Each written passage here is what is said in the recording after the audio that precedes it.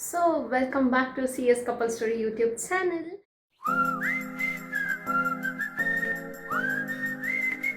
ಒಂದು normal blog ಆಗಿರುತ್ತೆ. Actually ಮಕ್ಕಳು ಅಮ್ಮ ಮನೇಲಿದ್ದಾರೆ. ಅಮ್ಮ ಮನೆಗೆ ಹೋಗಬೇಕು, ಅಲ್ಲಿ ಮಕ್ಕಳನ್ನ ಆಟಾಡಿಸ್ಬೇಕು, ಯಾಕಂದರೆ ಮಮ್ಮಿ ಒಬ್ಬರೇ ನೋಡ್ಕೊತಾ ಇರೋದು. ಸೊ ಅಲ್ಲೋಗಿ ಮಕ್ಕಳನ್ನ ಆಟ ಆಡಿಸ್ಕೊಂಡು ಕರ್ಕೊಂಬರಬೇಕು. ಅವ್ರು ಬಂದಮೇಲೆ ಇಲ್ಲಿ ಕುಕ್ಕಿಂಗ್ ಎಲ್ಲ ಮಾಡೋಕ್ಕಾಗಲ್ಲ. ಸೊ ಕ್ವಿಕ್ಕಾಗಿ ಪನ್ನೀರ್ ರೆಸಿಪಿ ಹೆಂಗೆ ಮಾಡ್ತಾಯಿದ್ದೀನಿ ಅಂತ ತೋರಿಸ್ತೀನಿ. ನಾನು ಒಬ್ಬಳೇ ವ್ಲಾಗ್ ಮಾಡ್ತಾ ಇರೋದ್ರಿಂದ ವೀಡಿಯೋ ಮಾಡೋಕ್ಕೆ ಯಾರು ಇಲ್ಲದೆ ಇರೋ ಕಾರಣ ಬರೀ ಫೇಸ್ ತೋರಿಸೋದ, ಹಾಗೆ ರೆಸಿಪಿ ಏನೇನು ಮಾಡ್ತಾಯಿದ್ದೀನಿ ಅದನ್ನು ತೋರಿಸ್ತೀನಿ. ಆಲ್ರೆಡಿ ರೆಸಿಪಿ ಸ್ಟಾರ್ಟ್ ಮಾಡಿಬಿಟ್ಟಿದ್ದೀನಿ. ಸೊ ಬನ್ನಿ ನೋಡೋಣ. ಆ್ಯಕ್ಚುಲಿ ಲೈಟಿಂಗ್ ಇಲ್ಲಿ ಸಕ್ಕದಾಗಿ ಕಾಣಿಸ್ತಾ ಇದೆ. ಪನ್ನೀರ್ ಗ್ರೇವಿ ಮಾಡೋಣ ಅಂತ ನೈಟ್ ಡಿನ್ನರ್ಗೆ ಪನ್ನೀರ್ ಗ್ರೇವಿಗೆ ಎಲ್ಲ ರೆಡಿ ಮಾಡ್ಕೊಂಡು ಇಟ್ಕೊಂಡಿದ್ದೀನಿ ಆಲ್ರೆಡಿ. ಇಲ್ಲಿ ಪನ್ನೀರನ್ನ ಮ್ಯಾರಿನೇಟ್ ಮಾಡಿ ಅದನ್ನ ಫ್ರೈ ಮಾಡ್ಕೊಂಡಿದ್ದೀನಿ, ಡೀಪ್ ಫ್ರೈ ಮಾಡ್ಕೊಂಡಿದ್ದೀನಿ. ಆ್ಯಂಡ್ ಇದು ಕ್ಯಾಪ್ಸಿಕಮ್ ಮತ್ತು ಆನಿಯನ್ಸ್ ಕೂಡ ಫ್ರೈ ಮಾಡ್ಕೊಂಡಿದ್ದೀನಿ. ಇದು ಒಗ್ಗರಣೆಗೆ. ಪಲಾವ್ ಎಲೆ ಒಂದೇ ಒಂದು ಹಾಕ್ತೀನಿ, 2 ಕ್ಯಾಪ್ಸಿಕಮ್, 2 ಗ್ರೀನ್ ಚಿಲ್ಲೀಸ್. ಇದು ಕ್ಯಾಪ್ಸಿಕಮ್ ಅಲ್ಲ, ಇದು ಕ್ಯಾಪ್ಸಿಕಮ್, ಇದು ಗ್ರೀನ್ ಚಿಲ್ಲೀಸ್. ಸೊ ಈ ಗ್ರೀನ್ ಚಿಲ್ಲೀಸು 2 ಕಟ್ ಮಾಡ್ಕೊಂಡು ಇಟ್ಕೊಂಡಿದ್ದೀನಿ. ಮತ್ತು ಕ್ಯಾರೆಟು 1 ಸ್ಮಾಲ್ ಕ್ಯಾರೆಟು, ಮತ್ತು ಇದು ಏನು ಹೇಳ್ತಾರೆ ಇದಕ್ಕೆ, ಕೊತ್ತಂಬರಿ ಸೊಪ್ಪು. ಸೊ ಬಾಯಿಗೆ ಬರೋದೇ ಇಲ್ಲ ಹೆಸರು, ಈ ಇಂಗ್ರೀಡಿಯೆಂಟ್ಸ್ ಹೆಸರೆಲ್ಲ. ಇದು ಬಟಾಣಿ. ಇದನ್ನು ಬಟಾಣಿನ ಒಗ್ಗರಣೆಗೆ ಸ್ವಲ್ಪ ಹಾಕೋಬೇಕು, ಯಾಕೆಂದರೆ ನನ್ನ ಮಕ್ಕಳಿಗೆ ಬಟಾಣಿ ಅಂದರೆ ತುಂಬ ಇಷ್ಟ. ಸೊ ಅದಕ್ಕೆ ಅವ್ರಿಗೊಂದು ಸ್ವಲ್ಪ ಹಾಕಿದ್ರೆ ಸಕ್ಕತ್ ಖುಷಿ ಪಟ್ಕೊಂಡು ತಿಂತಾರೆ. ಅಟ್ಲೀಸ್ಟ್ ಇದೆಲ್ಲ ಏನು ಮಾಡ್ತೀವಿ ಅದು ತಿನ್ನಲಿಲ್ಲ ಅಂದ್ರೂ ಬಟಾಣಿ ಮಾತ್ರ ತಿಂತಾರೆ. ಓಕೆ, ನಾವು ಇದು ಗ್ರೈಂಡ್ ಮಾಡ್ಕೊಳ್ಳೋಕ್ಕೆ ಇಲ್ಲಿ ಏನು ಹಾಕಿದ್ದೀನಿ ಅಂದರೆ 4 ಆನಿಯನ್ಸ್ ಹಾಕಿದ್ದೀನಿ, 1 ಟೊಮ್ಯಾಟೊ ಹಾಕಿದ್ದೀನಿ, ಮತ್ತು 1 ಜಿಂಜರ್ ಅಲ್ಲ, 1.5 ಇಂಚಸ್ ಅಷ್ಟು ಜಿಂಜರ್ ಹಾಕಿದ್ದೀನಿ, ಮತ್ತು 1 ಕಂಪ್ಲೀಟ್ ಗಾರ್ಲಿಕ್. ಮತ್ತು ಇಲ್ಲೇನೇನು ಕಾಣಿಸ್ತಾ ಇದೆ, ಆ್ಯಕ್ಚುಲಿ ಇಂಗ್ರೀಡಿಯೆಂಟ್ಸ್ ನೇಮ್ ಇದೆಯಲ್ಲ ಅದು ಬಾಯಿಗೆ ಅಷ್ಟು ಫಾಸ್ಟಾಗಿ ಬರೋಲ್ಲ. ಸೊ ನೋಡಿದ್ಬಿಟ್ಟು ಆಮೇಲಿಂದ ಇದನ್ನು ಇದಂತಾರಲ್ವಾ ಅಂತ ರಿಯಲೈಸ್ ಮಾಡ್ಕೊತೀನಿ. ಸೊ ಇಲ್ಲಿ ಏಲಕ್ಕಿ ಅದೇನಂತಾರೆ, ಇದೇನಂತಾರೆ, ಏಲಕ್ಕಿ, ಚಕ್ಕೆ, ಲವಂಗ ಮತ್ತು ಗೋಡಂಬಿ, ಇದಿಷ್ಟನ್ನ ಹಾಕಿದ್ದೀನಿ. ಇದಿಷ್ಟನ್ನು ಗ್ರೈಂಡ್ ಮಾಡ್ಕೊಬೇಕು. ಆಲ್ರೆಡಿ ಫ್ರೈ ಮಾಡಿದ್ದೀನಿ, ಇದನ್ನು ಗ್ರೈಂಡ್ ಮಾಡ್ಕೋಬೇಕು. Okay, one more ingredient I have miss, ಏನಂತಂದರೆ chilli powder. So red chilli powder ಅಂತಾರಲ್ಲ ಅದನ್ನು ಹಾಕ್ಕೋಬೇಕು. ರೆಡ್ ಚಿಲ್ಲಿ ಪೌಡರ್ ಇದ್ದರೆ ರೆಡ್ ಚಿಲ್ಲಿ ಪೌಡರ್ ಹಾಕ್ಕೊಳ್ಳಿ, ಇಲ್ಲಾಂದರೆ ಕಾಶ್ಮೀರಿ ಚಿಲ್ಲಿ ಪೌಡರ್ ಇದೆಯಲ್ಲ ಅದನ್ನು ಹಾಕಿದ್ರೆ ಮಾತ್ರ ಫ್ಲೇವರ್ ಸಕ್ಕದಾಗಿ ಬರುತ್ತೆ. ನಾನು ಇದಕ್ಕೆ MTR ಕಾಶ್ಮೀರಿ ಚಿಲ್ಲಿ ಪೌಡರ್ ಹಾಕ್ಕೋತೀನಿ, ಯಾಕಂದರೆ ನಮ್ಮ ಮನೇಲಿ ಇರೋದದು. ಓಕೆ, ಕಾಶ್ಮೀರಿ ಚಿಲ್ಲಿ ಪೌಡರ್ ಹಾಕ್ಕೊತಾ ಇದ್ದೀನಿ. ಸೊ ಇದು ಹಾಕಿದ್ರೆ ಸ್ವಲ್ಪ ಖಾರ ಚೆನ್ನಾಗಿ ಕೊಡುತ್ತೆ, ಬಟ್ ಮಕ್ಕಳಿಗೆ ಅಷ್ಟು ಖಾರ ಬೇಡ ಅನಿಸುತ್ತೆ. ಸೊ ಅದಕ್ಕೆ ಇದನ್ನು ಸ್ವಲ್ಪ ಹಾಕ್ಬಿಟ್ಟು ಮನೆಯದು ಹೋಮ್ ಮೇಡ್ ಇದೆಯಲ್ಲ ಅದನ್ನು ಸ್ವಲ್ಪ ಹಾಕೋಣ. ಜಾಸ್ತಿ ಆಯಿತಾ?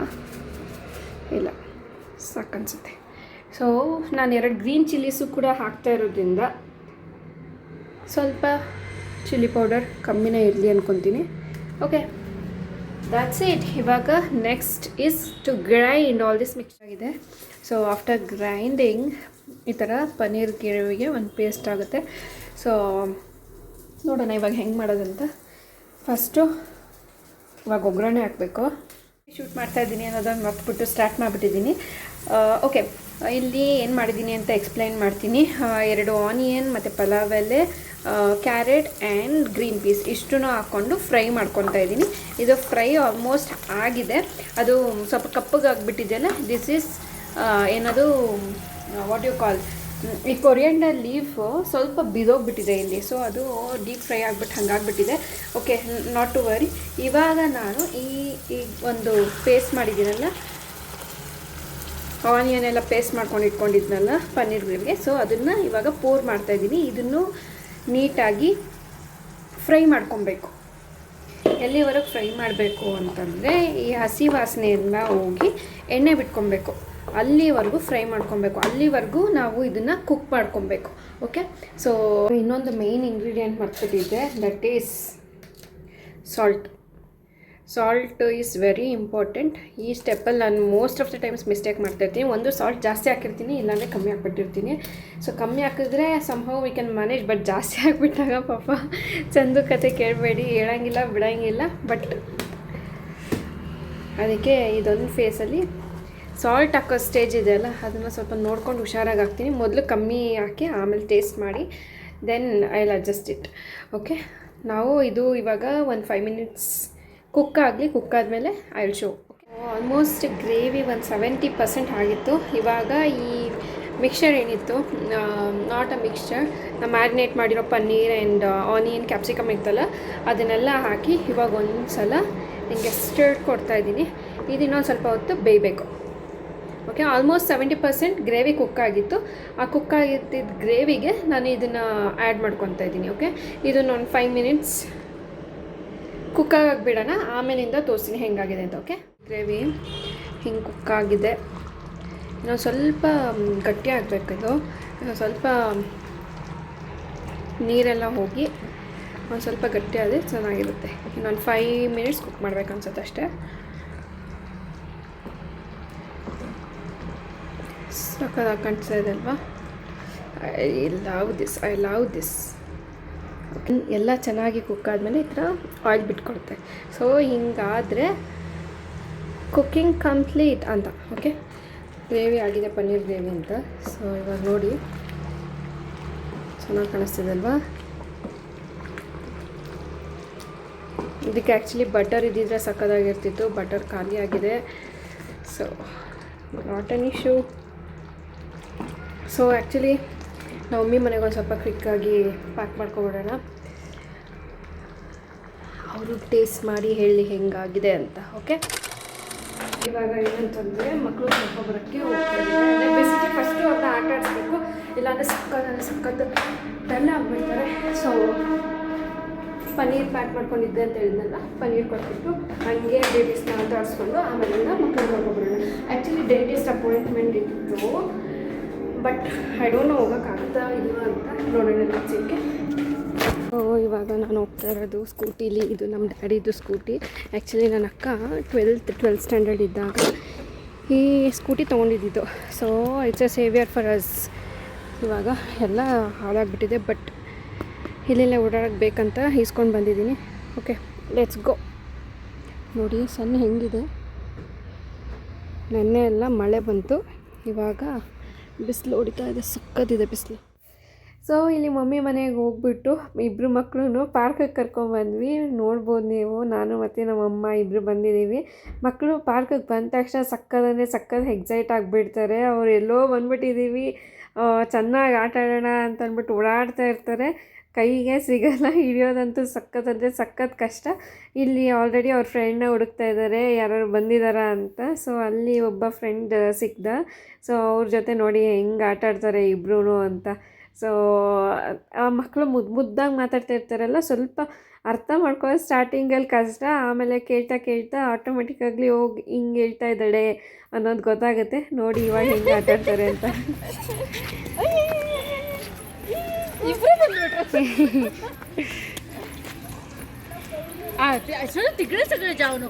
ಏನು ಮಧು?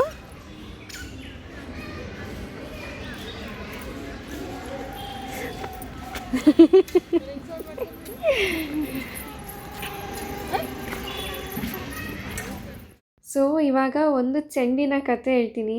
ಈ ಬಾಲ್ ಇದೆಯಲ್ಲ, ಈ ಬಾಲ್ ಆಟ ಆಡ್ತಾ ಇದ್ದಾಳಲ್ಲ ಮಗಳು.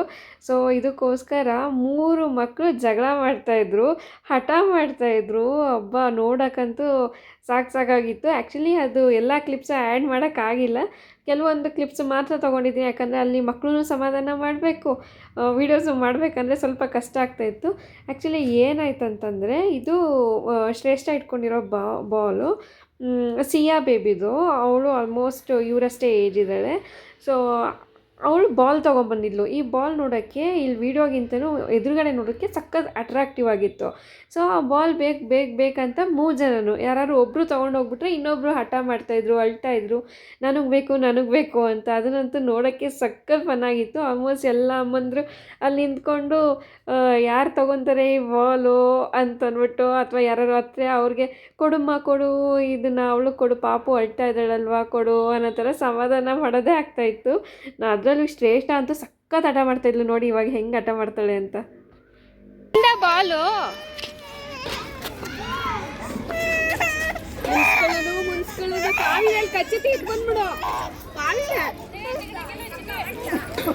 ಏನಾಯ್ತು? ಆಯ್ತು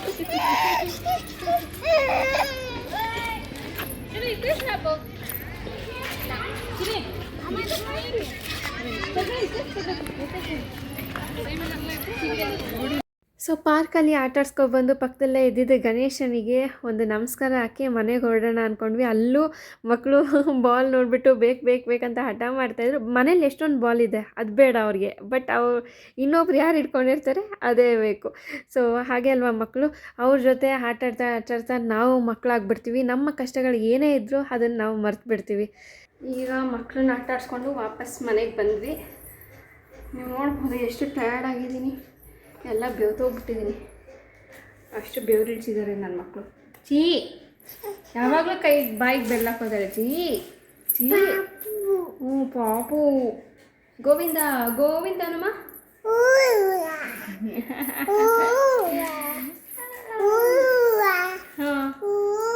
ಹಾಂ ಆಯಿತು. ಒಂದು ಕೇಮ್ ಜಸ್ಟ್ ನೌ.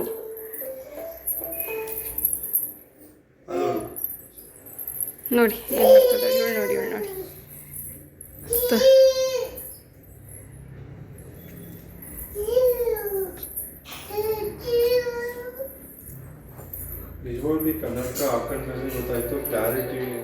ಇದಾಗಿತ್ತು ಇವತ್ತಿನ ವಿಡಿಯೋ. ಇಷ್ಟ ಆಗಿ ಲೈಕ್, ಶೇರ್ ಆ್ಯಂಡ್ ಸಬ್ಸ್ಕ್ರೈಬ್ ಮಾಡಿ. Thanks for watching. ಬಾಯ್ ಅಮ್ಮ, ಬಾಯ್ ಬಾಯ್ ಬಾಯ್.